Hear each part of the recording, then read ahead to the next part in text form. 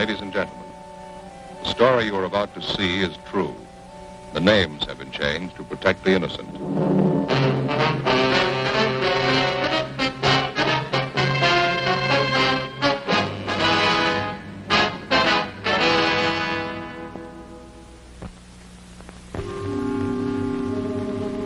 This is the city. Every 24 hours, a little bit of everything happens. 2 million people make a lot of history in one day. They write it all down and file it away. Some of it's important, some of it isn't. Business, industry, government. You buy a 3-cent stamp or an oil well. They keep records on all of it. Progress, money, success, and failure. A complete history of every day. Some of it's public, some of it's personal. It's all written down. In my job, we catalog trouble. I'm a cop. It was Wednesday, October 6th. It was sultry in Los Angeles. We were working the day watch out of homicide. My partner's Ed Jacobs. The boss is Thad Brown, chief of detectives. My name's Friday. It was 10:45 a.m. when we got to the Ortega Hotel. A 30-year-old man had disappeared suddenly. We'd uncovered evidence of foul play. The list of suspects was narrowed down to one man, the last person to see the victim alive. We traced the suspect for months. The break finally came. We found him.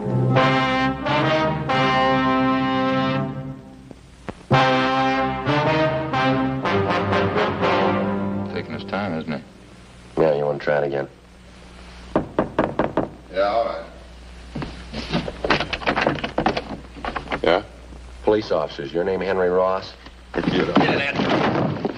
Watch it, Ed.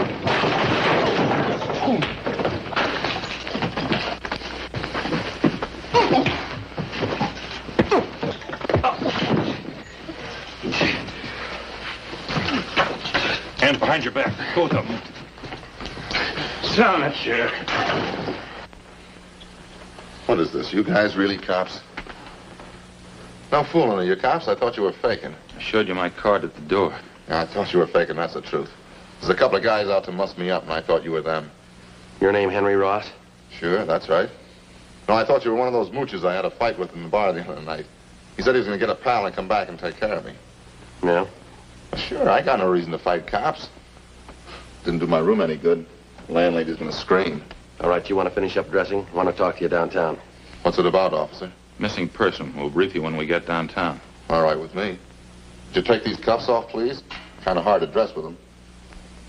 All right. Bend over. I don't know why you have to slap cuffs on me. I didn't know you were cops. Mind if we check through your things, Ross? Huh? Why? Mind? Oh, go ahead if you want. I got nothing to hide. If you spoke up at the door, there wouldn't have been this fight. I thought you were that mooch in the bar and his friend. Thought you were looking for trouble. All right, mister. You about ready to go? Oh, I'd like to brush my teeth first, if you don't mind. Got a mouthful of cotton this morning. Where do you keep your toothbrush? Over here, I'll get it. Never mind. All right.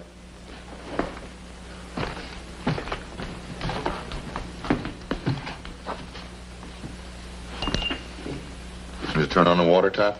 You can make out. Nothing, Joe. Pretty clean. Of course I'm clean. I want some toothpaste. What'd you expect? Anybody can make a mistake. I didn't know you were cops. Henry Ellsworth Ross. That's your full name? Hmm? Yeah, that's right. I hardly ever use the L's word. Lousy name, huh? Well, what's the picture of all this, officer? We told you. Missing person. I'd like to talk to you about it. Don't think I can help you. Nobody I know's missing. How about Paul Davis? Davis? Yeah, I knew it, Davis. Don't know if his name was Paul, though. Have been gone a long time, this guy, Davis? Yeah, that's right.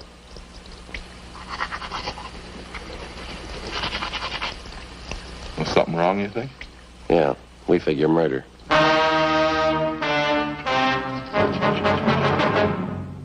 After going over his room thoroughly, we took Henry Ellsworth Ross back to the city hall to the interrogation room. He was a longshoreman by trade.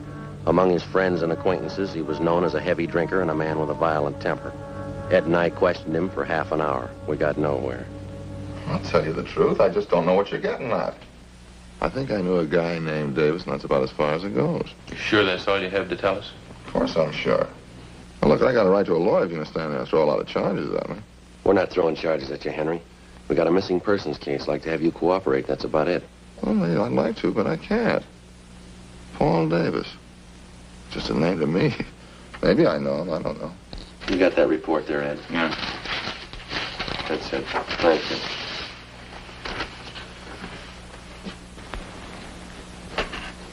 According to his wife, Paul Davis left Los Angeles by auto a little over 4 months ago. He was driving up to Oakdale, California to take a job with the dairy company. He never got there. He's been missing ever since. And what's the pitch? Well, all we've been able to find is Davis's car. 36 Ford Coupe. 7 Tom 7972. Was sold a month ago up in Lodi, California, but Davis didn't sell it. A man by the name of Carter signed the pink slip at the time of sale. Henry Carter. Sorry, it doesn't mean anything to me. Well, this Carter made it look like Paul Davis had signed the Ford over to him. We checked it out. Davis's signature was forged. That's all. Supposed to have something to do with me? Did you ever use the name Henry Carter? Of course not. Ross, that's the only name I go by. You never had your name changed? No. You never used an alias? I told you no. Wonder if you'd mind taking a look at this here. Well, what's it got to do with me? That's the pink slip to Paul Davis's car, Henry. Now, these signatures on the back, transfer of ownership, you recognize either one of them? Paul Davis and Henry H. Carter. Well, just names to me. Well, am I supposed to recognize something? Should, yeah. Why? The signatures are both in your handwriting. How about it, Henry? How about what? I don't know what you're talking about. You're trying to give me the treatment?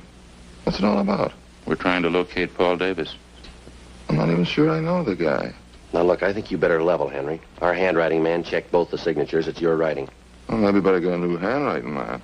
I never saw that slip. I never wrote those signatures. Anybody can copy handwriting. I got something else for you here. I'd like to have you check it over, Ross, see if you can identify it. What is it? It's a letter. Take a look at it. Mean anything to you? No, nothing. Hope you're not going to tell me that's my handwriting. That's what the report says. That's crazy. I never wrote like that in my life. All the writing characteristics match up, same as the signatures on the pink slip. All right, maybe they are the same. I didn't write one, though. I never wrote like that in my life. Okay, I'll show you. No, that's all right, Henry. Ed, you want to pull the package from R&I? Yeah, okay. I don't savvy one bit of this, Sergeant. How about laying it out for me, huh? You can see the name there at the bottom of the letter. Now, it's signed Henry Carter, same as the pink slip. That doesn't mean anything to me. That letter was sent to the wife of Paul Davis about 9 weeks ago. That says there that Davis supposedly was too busy to write his wife, so he had this Henry Carter send a letter. He also writes that Davis sold his car to Carter. Somebody trying to cover it up, huh? Yeah, we think so. We think it's Henry Carter. This guy Davis been gone 4 months? That's right. You said you thought Davis was murdered. How come? Just an idea. Oh. 8 men have disappeared from around here in the last 14 months, just like Davis. 6 more up in the San Joaquin Valley, same way. They took off alone on auto trips. Never seen again, not a trace of them. Here you go, Joe. Yeah, thanks. We've got your record here, Henry, from Baton Rouge. We sent to Sheriff Clemens for it. Look, do we have to drag all that out again? It's past. No, just one thing we had to check out, Henry. Now, you told us that you never used an alias, is that right? Well, all right, I have. I didn't know what you were getting at. I didn't figure it was on using dragging out dirty laundry again. I asked you if you ever used the name Henry Carter. Yeah, okay, I used it. It's a common name. A lot of Henry Carters around. We only know one who fits your description. Well, I'm clean, you know that. Smoke, Henry? No. Joe? Thanks. Yeah, let me have one, huh? Sure.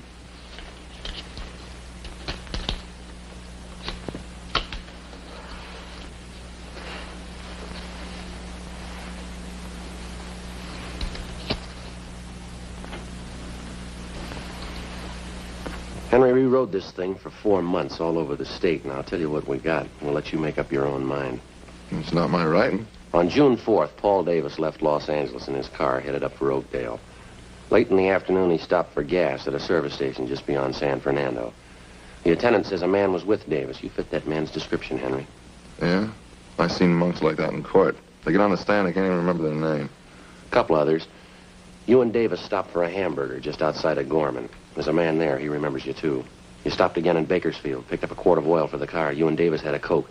That's the last time he was seen alive. That makes me a killer, huh? A month after that, the pink slip of Davis's car came through DMV up in Sacramento. That was for the transfer of ownership from Davis to Henry Carter, both in your handwriting. A couple of weeks later, Mrs. Davis got that letter. A month ago, Davis's car was sold to a dealer up in Lodi. Yeah? We found the dealer. Ross showed him your mugshot. He says you sold him the car. That all? No, that's just the main part. There's more. We've been on the road a lot. We followed you from here to Sacramento and back, Henry. Every stop, every detour. Took us a long time. Yeah, guess it did. What do you say, Ross? Nothing. All right. Any way you want it, Henry. Yeah, I guess you worked hard on it, huh? All over the state. That's right. Must be pretty hot up in the valley. Summertime. Dusty, huh? We made out. And I never been up in the valley in summer. Too hot for me. We got people who saw you up there. Yeah, what's it prove? 10 people and some handwriting samples. You can't build a case on that. You know that, don't you? We're going to try. You think I murdered Davis? You, Sergeant? Yeah? You think I murdered those other guys, too, huh? Oh, what was it, 10 or 12 of them? We're asking about Davis. You think I killed him? Well, tell me the truth, do you? You think I murdered Davis? Yeah, I think you did, Henry. Uh-huh. And you know as well as I do there's only one way to prove it. Yeah? Find his body. 1:15 p.m. Ed and I took Henry Ross out and fed him some lunch. Then we took him back to the city hall to the interrogation room where we continued to question him. He was relaxed and he talked a great deal about everything but the disappearance of Paul Davis. He didn't seem anxious to get away. He made no demands for an attorney to represent him. He told us about different homicide cases that he'd read up on. He asked us about the 12 men who disappeared in the past months in the same manner Paul Davis had. Was there any trace of them at all?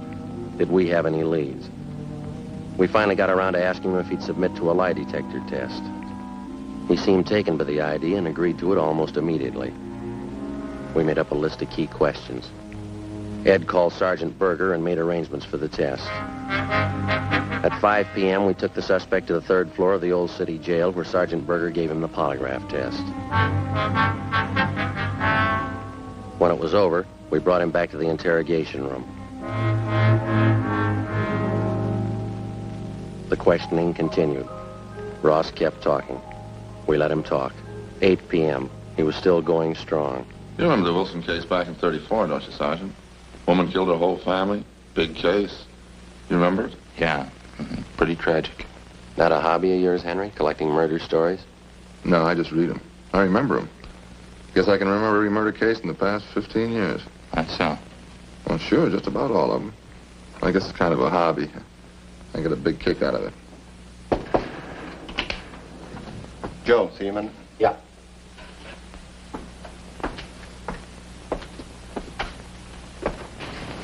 Berger over in the polygraph room just called. What'd he say? They found 16 positive reactions on Ross. Thanks, Bates. Right.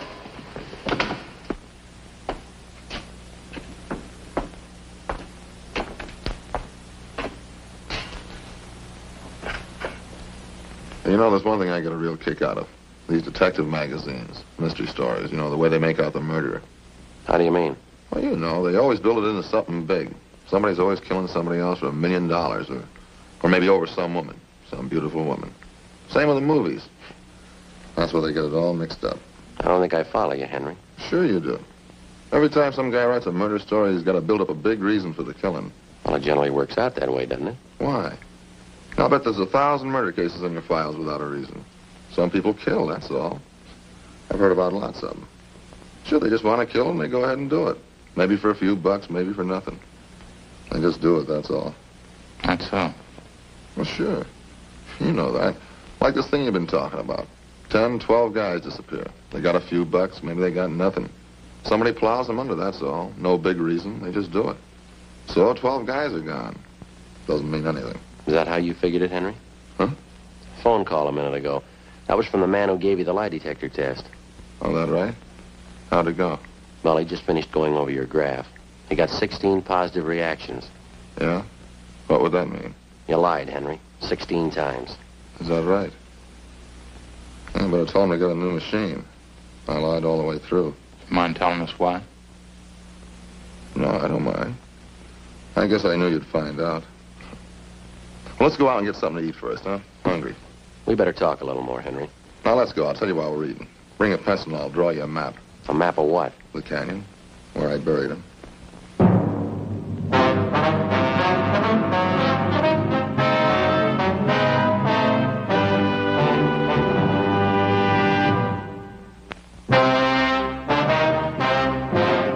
Ed and I took Henry Ross out to get him something to eat. At his request, we went to Helga's health shop. It was almost closing time. Ross got himself a salad, molasses bread, yogurt, a vegetable burger, and some grape juice. Ed and I settled for a Swiss cheese sandwich and some grape juice. Vegetable burger and beets, huh? Sure smells great. Yeah, can't take those beets too well. They repeat on me. Not me. I can eat anything. Salt and pepper? Yeah, thanks.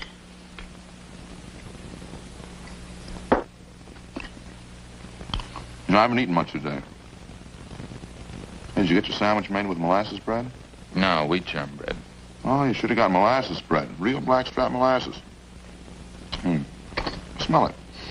Nice and fresh, huh? Oh, you know, this yogurt really sharpens up my appetite. Food tastes great, huh? Want some saccharin, Joe? Yeah, thanks. We brought a pencil along, Ross.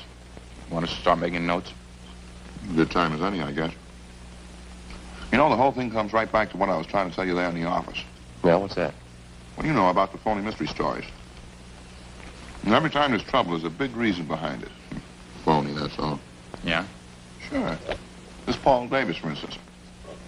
Well, I guess I knew you'd find out. I knew this morning when you picked me up. I knew you had it figured. Must have been a big job, huh? Finding me. Pretty big, Henry, yeah. A lot of mileage. How'd it happen? Well, there again, it's just what I was saying. There's no reason behind it. I needed a few bucks, and this Davis came along. I guess he was it. So you want to pass me the salt? There you are. Where'd you meet Davis, Henry?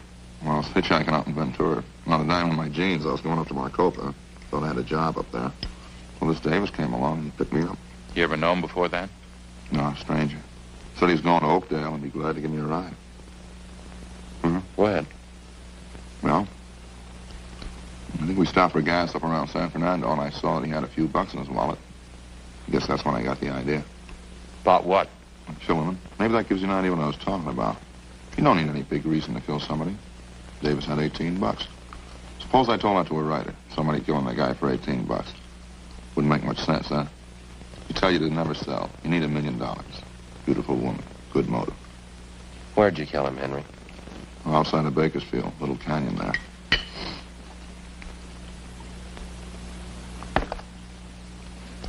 And picked up a fifth of sherry in Bakersfield, and I got Davis to drink some on the way. Say, would you pass the salt again? Yeah. Here you are. Lettuce is no good without a lot of salt. How'd you kill Davis, Henry?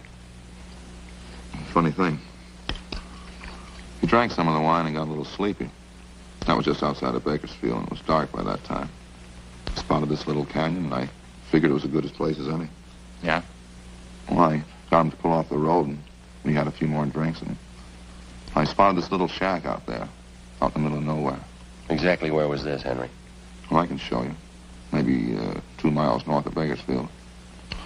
We got to the shack and finished the wine, and then we went to sleep. Both of you? Mm-hmm. That's where the funny part comes in. Well, I guess I killed Davis, all right, but I didn't mean it. Oh, get a whiff of that, will you? I think those monks would figure out some other time to clean up except when people are eating. They'll be through in a minute. How do you mean, Henry, you didn't mean to kill him? You already told us you had the idea. Sure, I had the idea. Well, let me explain it then. Well, we both went to sleep in this shack, Davis and me. Guess that must have been about 9 o'clock that night. Just don't know what it was. Maybe the wine, I guess, and I started having nightmares. Huh? Yeah. Now, maybe this part sounds like a story, but it's the truth. I had all these dreams. I woke up, but they were still there. What's that? All the faces. That's all I could see. The air was full of faces. I guess I was really still asleep. Yeah, go ahead. Well, I picked up a 2x4 and started swinging at them. Faces. Funny thing, I knew every one of those faces. How do you mean? People I killed. There's only a dozen of them, really, but it seemed like there were hundreds of them. All around in the air. Grabbed a 2x4 and started swinging. I was cold and I was sweating at the same time. I kept swinging. And I saw Davis. Swung hard, kept swinging. He didn't even make a sound, eyes closed. Kept swinging in his head. When I came to, there he was, lying on the floor. Seemed to take those other faces away. They didn't bother me after I killed Davis. What'd you do with him, Henry? Oh, I pulled him outside the shack, dug a hole and buried him. Burned his clothes, took his car and money and drove off. I'll show you if you like. Where I buried him, I mean. How about those other men, Ross?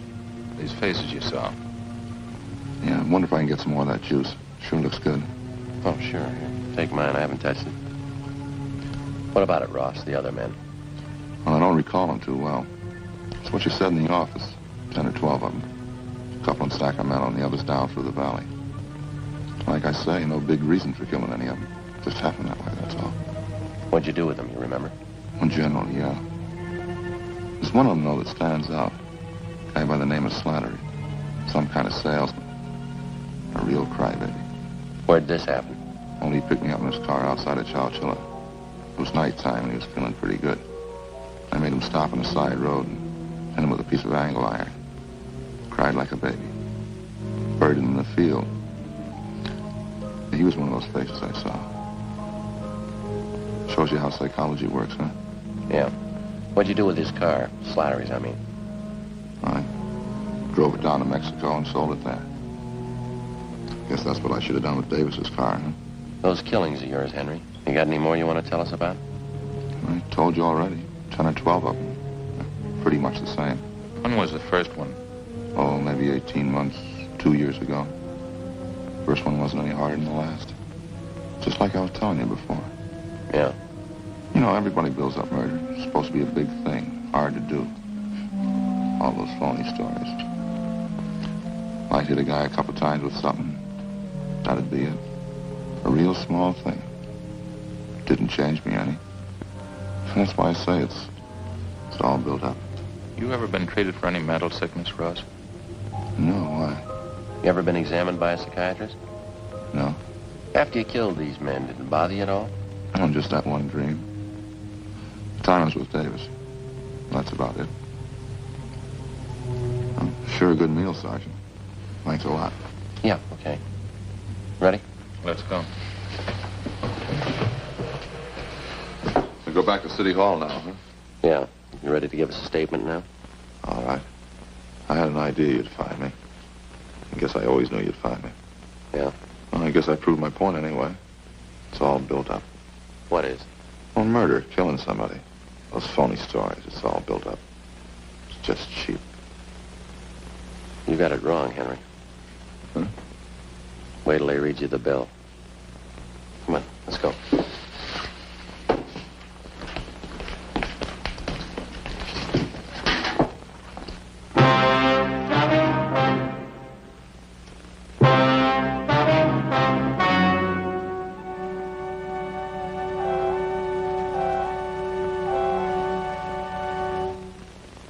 On January 7th, trial was held in Superior Court, Department 86, City and County of Los Angeles, State of California.